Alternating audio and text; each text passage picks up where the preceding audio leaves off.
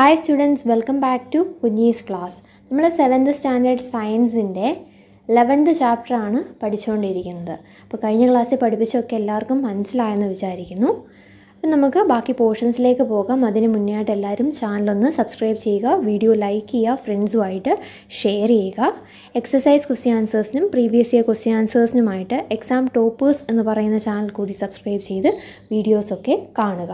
The way in which waste chemicals are removed from the body of the animal depends on the availability of water. അപ്പോൾ വാട്ടറിൻ്റെ availability അനുസരിച്ചായിരിക്കും ഈ കെമിക്കൽസിനെ ഒരു ആനിമലിൻ്റെ ബോഡിയിൽ നിന്ന് റിമൂവ് ചെയ്യുന്നത്. Aquatic animals like fishes excrete cell waste as ammonia which directly dissolves in water. അപ്പോൾ aquatic animals, അതായത് ഫിഷസ് ഒക്കെ പോലെയുള്ള അക്വാട്ടിക് ആനിമൽസ് ആണെങ്കിൽ അവരവരുടെ സെൽ വേസ്റ്റ് റിലീസ് ചെയ്യുന്ന അല്ലെങ്കിൽ എക്സ്ക്രീറ്റ് ചെയ്യുന്നത് അമോണിയയുടെ ഫോമിലാണ്. അപ്പോൾ അമോണിയ എന്ന് പറയുന്നത് വാട്ടറിൽ ഡയറക്റ്റായിട്ട് ഡിസോൾവ് ചെയ്യുന്ന ഒരു സാധനമാണ്. അപ്പോൾ ആ ഒരു ഫോമിലാണ് അക്വാട്ടിക് ആനിമൽസ് എക്സ്ക്രീറ്റ് ചെയ്യുന്നത്. Some land animals like birds, lizards, snakes excrete a semi-solid white-colored compound.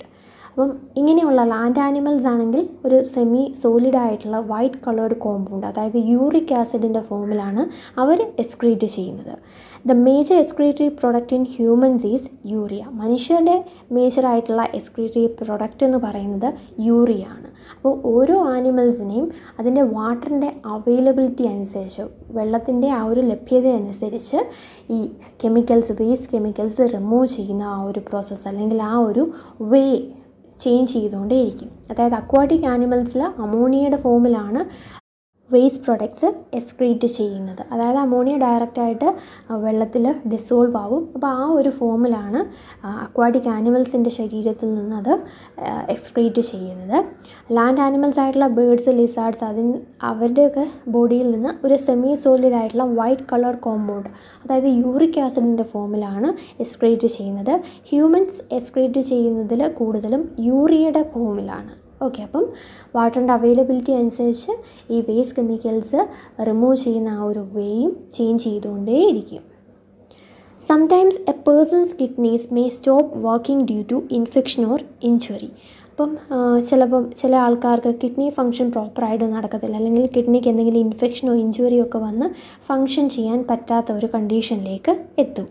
As A result of kidney failure waste products start accumulating in the blood. അപ്പോൾ കിഡ്നി ഉണ്ടെങ്കിൽ മാത്രമേ ഈ ബ്ലഡിൽ നിന്നുള്ള വേസ്റ്റ് മെറ്റീരിയൽസിനെ റിമൂവ് ചെയ്യാനായിട്ട് സാധിക്കത്തുള്ളൂ, അല്ലേ? അതായത് ബ്ലഡിനെ ഫിൽട്ടർ ചെയ്ത് യൂസ്ഫുൾ ആയിട്ടുള്ള സബ്സ്റ്റൻസ് തിരിച്ച് അബ്സോർബ് ചെയ്യപ്പെടാനും അതുപോലെ തന്നെ ഹാംഫുൾ ആയിട്ടുള്ള സബ്സ്റ്റൻസിനെ വാട്ടറിൽ ഡിസോൾവ് ചെയ്യാനുമുള്ള കഴിവെന്ന് പറയുന്നത് കിഡ്നിക്ക് മാത്രമേ ഉള്ളൂ. അപ്പം കിഡ്നി ഫെയിലറായി പോവുകയാണെങ്കിൽ വേസ്റ്റ് പ്രൊഡക്ട്സ് ബ്ലഡിനുള്ളിൽ തന്നെ അക്യുമുലേറ്റ് ചെയ്യപ്പെടും.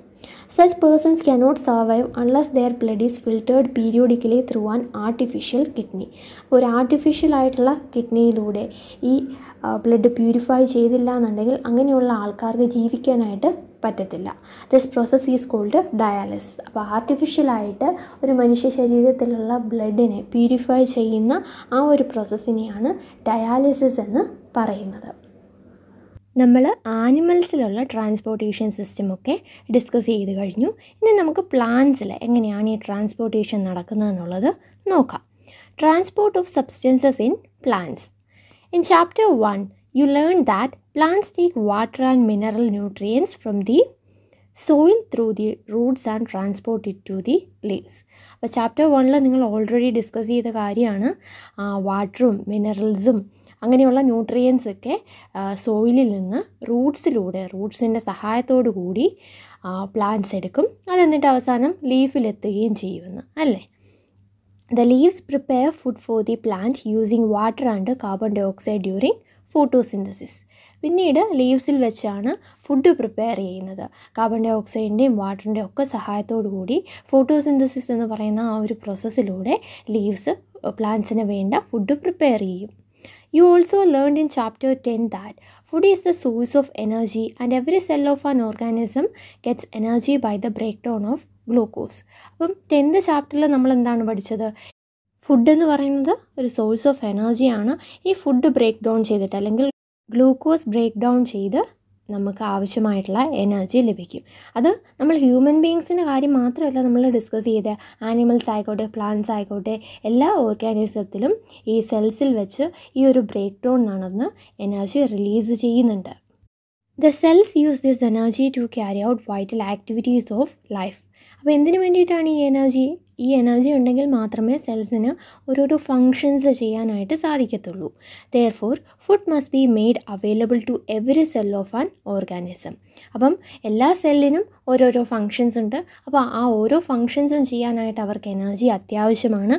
ഈ എനർജി ലഭിക്കുന്നത് ഫുഡിൽ നിന്നാണ്. അപ്പോൾ അതുകൊണ്ട് തന്നെ എല്ലാ സെല്ലിലേക്കും ഈ ഫുഡ് എത്തിക്കണം.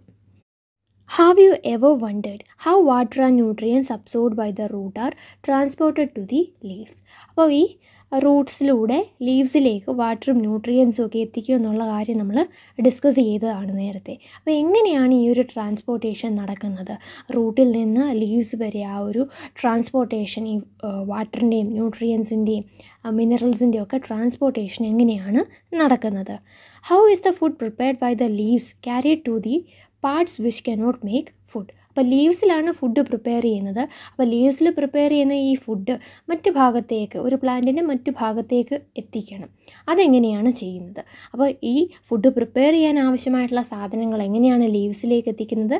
ഈ ലീവ്സിൽ നിന്ന് പ്രിപ്പയർഡ് ആയിട്ടുള്ള ഫുഡ് മറ്റു ഭാഗത്തേക്ക് എങ്ങനെയാണ് എത്തിക്കുന്നത്? അപ്പോൾ ഈ ക്വസ്റ്റ്യൻസിനൊക്കെ ആൻസർ നമുക്ക് ഈ ഒരു പോർഷൻ പഠിക്കുന്നതിൽ നിന്ന് ലഭിക്കുന്നതായിരിക്കും.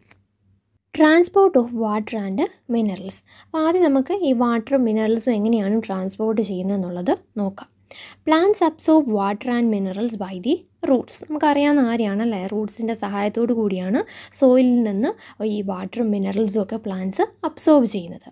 The roots have root hair. ഈ റൂട്ട്സിന് റൂട്ട് ഹെയർ ഉണ്ട്.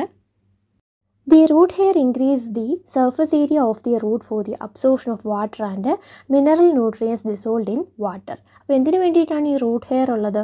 റൂട്ട് ഹെയർ ഉണ്ടെങ്കിൽ ഈ വാട്ടറും മിനറൽ ന്യൂട്രിയൻസും ഒക്കെ അബ്സോർബ് ചെയ്യുന്ന ആ ഒരു സർഫസ് ഏരിയ കൂട്ടും. അപ്പോൾ ഈ സർഫസ് ഏരിയ കൂടുന്നതിലൂടെ ആ ഒരു അബ്സോർപ്ഷനും കൂടും അല്ലേ? കൂടുതലായിട്ട് വാട്ടറും മിനറൽ ന്യൂട്രിയൻസും ഒക്കെ അബ്സോർബ് ചെയ്യാനായിട്ട് സാധിക്കും. അതായത് നമ്മൾ സെക്കൻഡ് ചാപ്റ്ററിൽ നമ്മുടെ സ്മോൾ ഇൻറ്റസ്റ്റൈനിൽ വില്ലി ഉണ്ടെന്ന് പഠിച്ചിരുന്നു. എന്തിനു വേണ്ടിയിട്ടായിരുന്നു നമുക്ക് വില്ലി? എങ്കിൽ മാത്രമേ കൂടുതലായിട്ട് ന്യൂട്രിയൻസ് അബ്സോർബ് ചെയ്യാനായിട്ട് സാധിക്കത്തുള്ളൂ. അവിടെയും ഇതേ സെയിം മെക്കാനിസം തന്നെയാണ്. കാരണം സർഫസ് ഏരിയ കൂട്ടുകയാണ്, അബ്സോർബ് ചെയ്യാനുള്ള ആ ഒരു സർഫസ് ഏരിയ കൂടുകയാണ്. അപ്പോൾ അതുകൊണ്ട് തന്നെ അബ്സോർപ്ഷൻ കൂടും, കൂടുതലായിട്ട് ന്യൂട്രിയൻസിനെ അബ്സോർബ് ചെയ്യാനായിട്ട് നമുക്ക് സാധിക്കും. അപ്പോൾ അതുപോലെ തന്നെയാണ് ഈ റൂട്ടിന് റൂട്ട് ഹെയർ ഉണ്ട്. റൂട്ട് ഹെയർ വന്നതിലൂടെ സർഫസ് ഏരിയ കൂടും. ഇങ്ങനെ സർഫസ് ഏരിയ കൂടുന്നതിലൂടെ വാട്ടറും ഈ വാട്ടറിൽ ഡിസോൾവ് ആയിട്ടുള്ള മിനറൽ ന്യൂട്രിയൻസും നന്നായിട്ട് അബ്സോർബ് ചെയ്യാനായിട്ട് സാധിക്കും. The root hair is in contact with the water present between the soil particles. ഈ റൂട്ട് ഹെയർ ആണെങ്കിലോ വാട്ടർ, അതായത് സോയിൽ പാർട്ടിക്കിൾസിനിടയ്ക്കുള്ള വാട്ടറുമായിട്ട് കോണ്ടാക്റ്റിലായിരിക്കും ഉണ്ടായിരിക്കുന്നത്. Can you guess how water moves from the root to the leaves?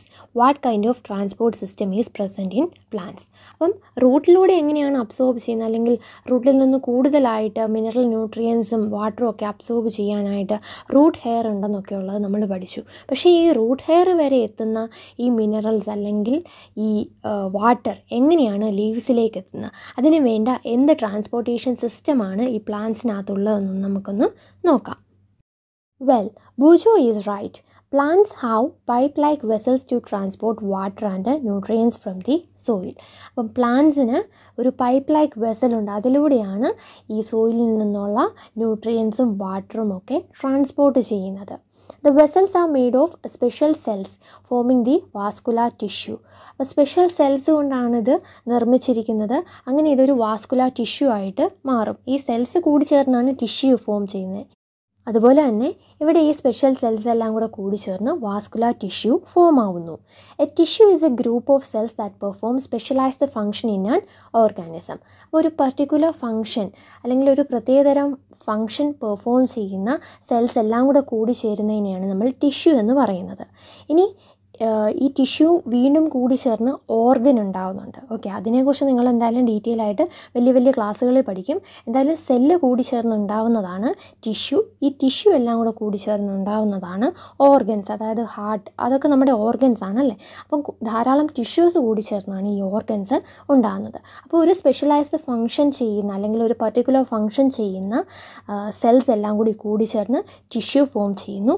ഇങ്ങനെ ഇതുപോലെ തന്നെ specialised function അല്ലെങ്കിൽ particular function perform ചെയ്യുന്ന tissues എല്ലാം കൂടി ചേർന്ന് ഓർഗൻ ഫോം ചെയ്യുന്നു. ഓക്കെ, അപ്പോൾ ഒരു ടിഷ്യൂ എന്ന് പറഞ്ഞാൽ എന്താണ്?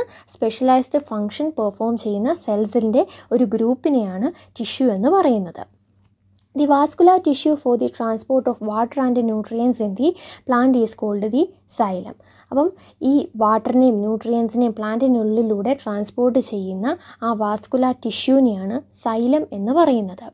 The xylem forms a continuous network of channels that connects roots to the leaves through the stem and branches and thus transport water to the entire plant. ഈ xylem എന്ന് പറയുന്നത് ഒരു കണ്ടിന്യൂസ് നെറ്റ്വർക്കാണ്. അതായത് റൂട്ട് മുതൽ അങ്ങ് ലീവ്സ് വരെയുള്ള ഒരു കണ്ടിന്യൂസ് ആയിട്ടുള്ള ഒരു ചാനലാണിത്. അപ്പോൾ ഇതിലൂടെ എന്ത് സംഭവിക്കും? ഈ വാട്ടറും ന്യൂട്രിയൻസും ഒക്കെ ട്രാൻസ്പോർട്ട് ചെയ്യപ്പെടും.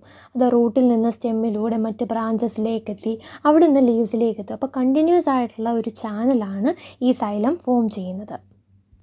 അപ്പം ഈ വാട്ടറും ന്യൂട്രിയൻസും ഒക്കെ ട്രാൻസ്ഫോം ചെയ്യുന്നത് സ്പെഷ്യൽ സെൽസിലൂടെയാണ്.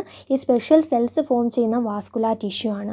ഈ പ്ലാന്റ്സിനുള്ളിൽ ഇങ്ങനെ ട്രാൻസ്പോർട്ട് ചെയ്യുന്ന ഈ വാസ്കുലാർ ടിഷ്യൂവിനെയാണ് നമ്മൾ സൈലം എന്ന് പറയുന്നത്. ഈ സൈലം എന്ന് പറയുന്നത് ഒരു കണ്ടിന്യൂസ് നെറ്റ്വർക്ക് ഓഫ് ചാനലാണ്. റൂട്ട് മുതൽ ലീവ്സ് വരെ കണക്ട് ചെയ്യും.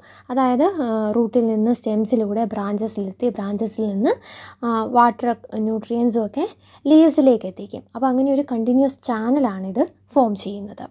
ഇന്നത്തെ ക്ലാസ് ഇവിടെ കഴിയുകയാണ്. ആർക്കെങ്കിലും എന്തെങ്കിലും ഡൗട്ട് ഉണ്ടെങ്കിൽ താഴെ കമൻറ്റ് ബോക്സിൽ കമൻറ്റ് ചെയ്യുക. എല്ലാവരും ചാനൽ സബ്സ്ക്രൈബ് ചെയ്യുക, വീഡിയോ ലൈക്ക് ചെയ്യുക, ഫ്രണ്ട്സുമായിട്ട് ഷെയർ ചെയ്യുക. എക്സസൈസ് ക്വസ്റ്റ്യൻ ആൻസേഴ്സിനും പ്രീവിയസ് ഇയർ ക്വസ്റ്റ്യൻ ആൻസേഴ്സിനുമായിട്ട് എക്സാം ടോപ്പേഴ്സ് എന്ന് പറയുന്ന ചാനൽ കൂടി സബ്സ്ക്രൈബ് ചെയ്ത് വീഡിയോസൊക്കെ കാണുക. അവിടെ സോഷ്യൽ സയൻസിൻ്റെയും മാത്സിൻ്റെയും സയൻസിൻ്റെയും വീഡിയോസ് ഉണ്ട്. അപ്പോൾ എല്ലാവരും ആ ചാനൽ കൂടി സബ്സ്ക്രൈബ് ചെയ്ത് വീഡിയോസൊക്കെ കാണണം. കാരണം നിങ്ങൾക്ക് വളരെയധികം ഹെൽപ്ഫുൾ ആയിട്ടുള്ള വീഡിയോസാണ് അവിടെ ഉള്ളത്.